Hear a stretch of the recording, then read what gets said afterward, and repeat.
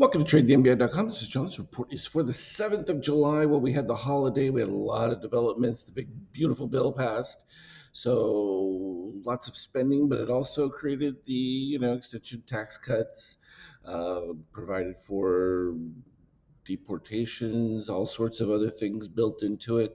Um, Economic benefits are definitely real. The fact that the government is going to be spending, quite a bit of money as well, certainly is going to underpin things.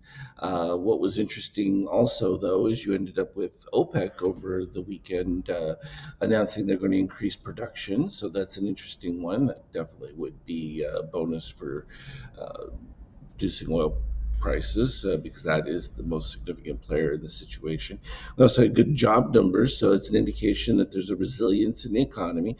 The tariff nightmare that everyone dreamed about just never came through, which to us was no big deal because it was never expected.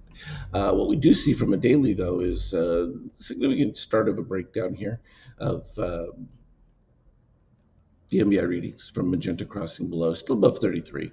But when you look at that, you're at 0.78 for MBI white. So you don't have any short activity that's really doing anything. It was just a pause in buyers. We expected that with the fourth holiday, you would get pump up and all sorts of wild stuff in between. And it's exactly how it played out. The checkout looking very good. Still cyan under red, which is what always buy, of course. And steel reset. So from that standpoint, not horrible. So just the normal fluctuations within regular movement, and we got a pretty decent congruency here when we look at the Nasdaq in this particular case from a MBI reading. DOC is not quite as good as the S&Ps at this point, but it's still also congruent and shakeout. Potentially going to make a higher level there, so that also would be congruent and exactly what's needed. Treasuries, moving back up a little bit, so increasing the yield fractionally. It's really not as much a factor. The Fed is pretty much guaranteed their sideline, but the market is telling them that you don't have a choice. You're going to have to cut. There's no justification for any of the things that you're doing. And, of course, there is still the idea that there's going to be the trade war with, Canada, the EU.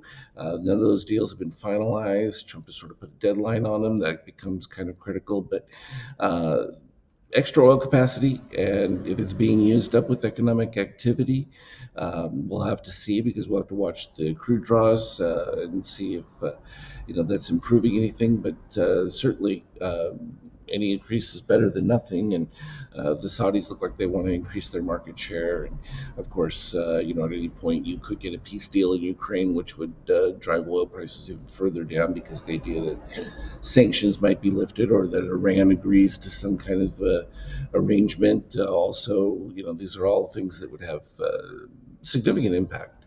Of course, the euro is still in its a wild, excited state of pure joy, despite the fact the ECB and that is in a nightmare configuration, and nobody questions that. It's just relative to the U.S. dollar and whether or not the Trump derangement syndrome continues to occupy European minds and the Fed because they're the ones pumping up euro in this particular case. But cyclically, the dollar is at its low, typical expected. The key level though becomes right around that 118 to 120 range, and any worse than that would signal something a little bit more problematic from a gold standpoint.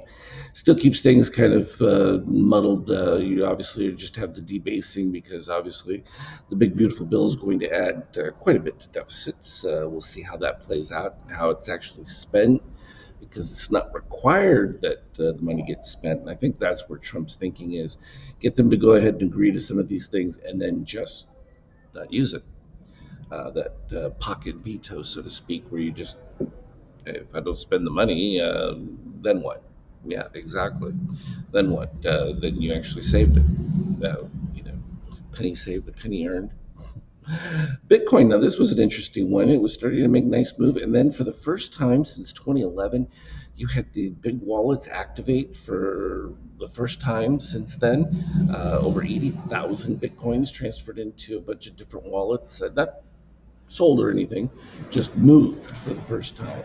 Uh, could be just to update the fact that we're in old configurations, or something else.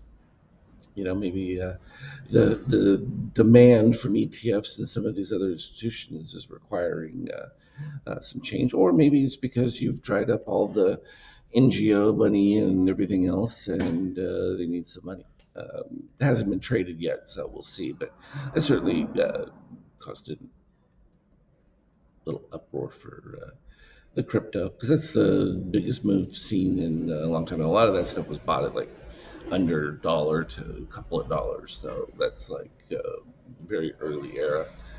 From an ETH standpoint, not suffering that pullback because they don't have any of that news. They're just riding the Bitcoin wave. But what we had was our MBI white spike, and then the continued move higher. And then once the breakdown started, MBI white started to move above, and that was the beginning of boom. Fell back to the 50%, satisfying that MBI white move.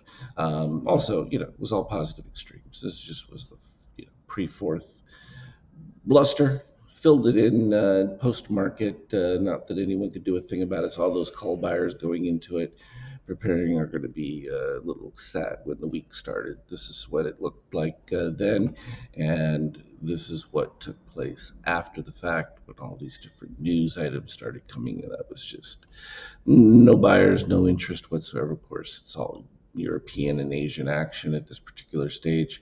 We'll have to wait and see what happens as we open up for Hong Kong and that to begin the week.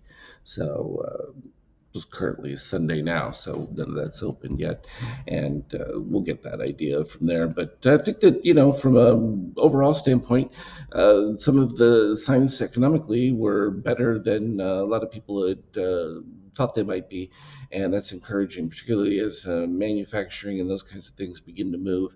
You get past the sentiment thing of where people thought stuff was going to be, which was ridiculous. It was so out of line with economic reality, and the whole narrative thing is starting to fall apart. And as the narrative fall apart, you're going to see the market continue to move to new highs, and that will be the real catalyst for things. So we'll continue to keep an eye on it. As always, though, anything relevant, I'll put it on the Skype chat. Have a good one. Trade well.